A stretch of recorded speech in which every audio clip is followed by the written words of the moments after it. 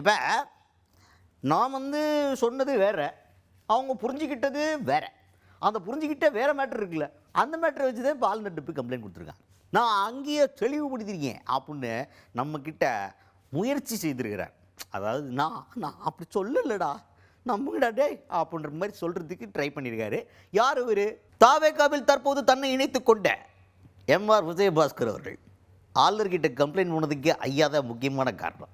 என்னடா சொல்கிற, இவர் என்ன பண்ணார் அப்படின்னு கேட்குறீங்களா? ஒன்றும் இல்லை, ஒரு ரொம்ப உத்வேகமாக பேட்டி கொடுக்கல விஜய் அவர்கள் சொல்லிட்டாரு, நீங்கள் ராஜினாமா பண்ணிட்டு வாங்க, ஒன்றும் இல்லை, பிரச்சனை இல்லை, தாவேகளை சேர்ந்துக்கலான்னு சொல்லிட்டாரு அப்படின்ற மாதிரி ஒரு பேட்டி கொடுக்கும்போது சாராம்சத்தில் பேசுத்தார் போல்.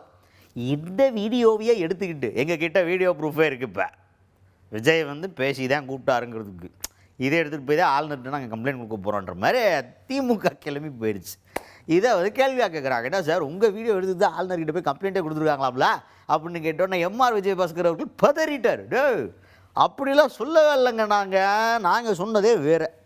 நாங்கள் என்ன சொன்னோம், முன்னாடி நம்ம ஆளுங்க நிறைய பேர் அங்கே போயிருக்காங்களே, கடம்பூர் ராஜா அவர்கள் போயிருக்காரு, இந்த மாதிரி நிறைய பேர் போயிருக்காங்க. அவங்கள்ட்ட கேட்குறோம், இப்போ போயிருக்கீங்களே என்ன மாதிரி இருக்குது, கரெக்டாக இருக்கா, இப்போ நாங்கள் ஒரு ஜம்ப் அடித்தோம்னா அங்கே கரெக்டாக லேண்ட் ஆகிடலாமா அப்படின்ற மாதிரி கேட்குறோம். அந்த மாதிரி கேட்டுட்டு அதுக்கப்புறமா எங்களுடைய நிர்வாகிகள்கிட்டையும் பேசுகிறோம். எங்கள் நிர்வாகிகளோட மொத்த மனக்குமுறலாம் இதுவாக தான் இருக்குது, தாவேக்கால போய் சேர்ந்துடலான்னு தான் இருக்குது. அதனுடைய முடிவாக தான் நாங்கள் எடுக்கிறோம். அதுலேயுமே அந்த பேட்டியிலே நான் சொல்லியிருப்பேன், இது யாருடைய அழுத்தத்தினாலோ யாருடைய வற்புறுத்தலினாலும் நான் எடுக்கலை, நானே சுயமாக சிந்தித்து எடுத்தேன்னு கடைசியில் சொல்லியிருப்பேன். அதை நீங்கள் கேட்கணும் அப்படின்ற மாதிரி விளக்கம் கொடுக்கறதுக்கு முயற்சி பண்ணியிருக்காரு எம்ஆர் விஜயபாஸ்கர் அவர்கள். போயிட்டு ஒரு பேட்டி கொடுத்தீங்க, அந்த பேட்டி சாட்சியை வச்சு இல்லை அப்போ பேட்டி கொடுக்கும் பொழுது அதைத்தான் சொன்னோம்.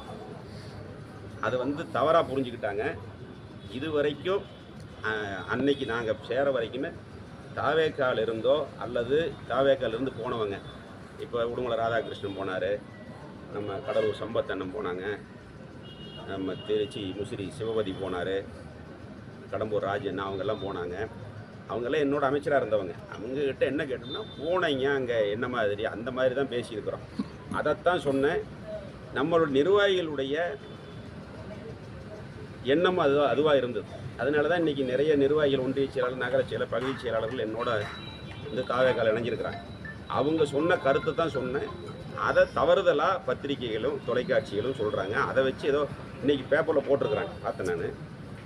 அது சி விஜயபாஸ்கர்னு போட்டிருக்காங்க. அதில் அந்த மாதிரியான ஒரு எந்த நிகழ்வும் நடக்கலை. நீங்கள் நான் பேட்டி கொடுத்ததுக்கு அப்புறம் இருக்கிறத பார்க்கணும். நான் அந்த பேட்டிக்கு அப்புறம் சொல்லியிருப்பேன், அதுலேயே சொல்லியிருக்கிறேன்.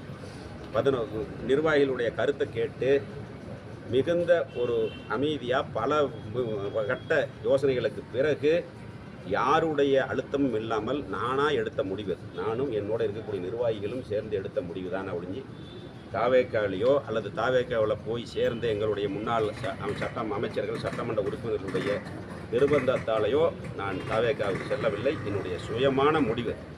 அதுக்கு அடுத்தது கரூரில் இருக்கிற இனாம் கோயில் நிலங்கள், இனாம் நிலங்கள் அப்படின்னு சொல்லலாம். இது முன்னாடி இனாமாக கொடுத்தது மக்களுக்கு. திமுக ஆட்சியில் இந்த இனாம் நிலங்களெல்லாம் கேன்சல் பண்ணிவிட்டு இதை 0 வேல்யூ கோயில் நிலங்களாக அறிவித்து வாடகைக்கு சொந்தமாக இருக்கிறவங்க எல்லாருமே வாடகைதாரர்களாகவும், விவசாயம் பண்ணிகிட்டு இருந்த சொந்த நிலம் வச்சுருந்தவங்களெல்லாம் குத்தகைதாரர்களாகவும் மாற்றுறதுக்கு முயற்சிகள் நடந்தது. அதில் நாங்கள் நிலத்தை மீட்கிறதுக்கு முயற்சி பண்ணோம், சட்ட ரீதியான போராட்டம் பண்ணோம். சில வழக்குகளுக்கு தீர்ப்புலாம் வந்துச்சு. ஆனால் முழுமையாக அந்த நிலத்தில் மீட்டெடுக்க முடியல. இப்போ அதற்கான நடவடிக்கைகள் நடந்து கொண்டிருக்கிறது. திமுக அதை நடக்க விடாமல் தடுத்து கொண்டிருந்தனர் அப்படின்ற குற்றச்சாட்டை முன் வச்சிருக்கிறாரு எம்ஆர் விஜயபாஸ்கர் அவர்கள்.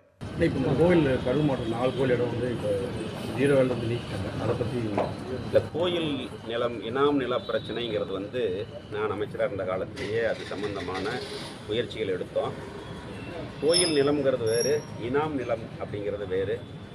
கோயில் பேர்லேயே இருக்கிறது கோயில் நிலம், அது யாரும் ஒன்றும் பண்ண முடியாது. இனாம் நிலம்ங்கிறது இனாம் ஒழிப்பு சட்டத்தில் 1963 காமராஜர் ஆட்சி காலத்தில் 3 கேட்டகரியாக பிரித்து கொடுத்தாங்க.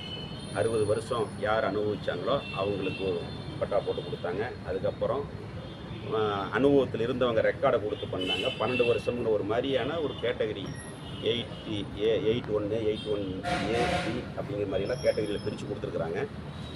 அது இவ்வளோ நாள் பிரச்சனை இல்லாமல் இருந்தது.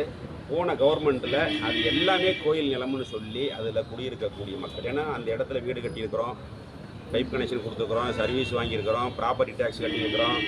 அதில் கவர்மெண்ட் இடமே இருக்குது. இப்போ இருக்கக்கூடிய சிப்கோ அதில் தான் இருக்குது. அந்த மாதிரியான சூழ்நிலை இவ்வளோ நாள் பிரச்சனை இல்லை. போன ஆட்சியில் அந்த இனாம் நிலங்களை பூரா பிரச்சனை பண்ணாங்க. குறிப்பாக வெண்ணமலை மக்கள் 540 ஏக்கர் கிட்டத்தட்ட. அதில் இனாம் கரூர் அப்படின்னு ஒரு நகரமே இருக்குது. அந்த பழைய இனாம் கரூர் நகரம் பூராமே அந்த இனாம் நிலத்தில் தான் வருது. அதில் இருக்கக்கூடிய ஏழை எளிய மக்கள் ஒரு சின்ன இடம் வாங்கி வீடு கட்டி குடியிருக்கிறாங்க. அதையெல்லாம் ஜீரோ வேல்யூ பண்ணி அவங்களெல்லாம் வாடகைதாரர்களாக மாற்றி கிராமங்கள் எல்லாம் விவசாயம் பண்ணவங்களெல்லாம் குத்தகைதாரர்களாக மாற்ற முயற்சி நடந்தது. அது சம்பந்தமாக வழக்குகள் நீதிமன்றத்தில் இருக்குது. சில தீர்ப்புகளும் வந்திருக்குது. அதை வந்து போன ஆட்சி காலத்துலேயும் நாங்கள் முயற்சி பண்ணோம். போன திமுக ஆட்சி காலத்தில் அதுக்கான நடவடிக்கைகள் இல்லை.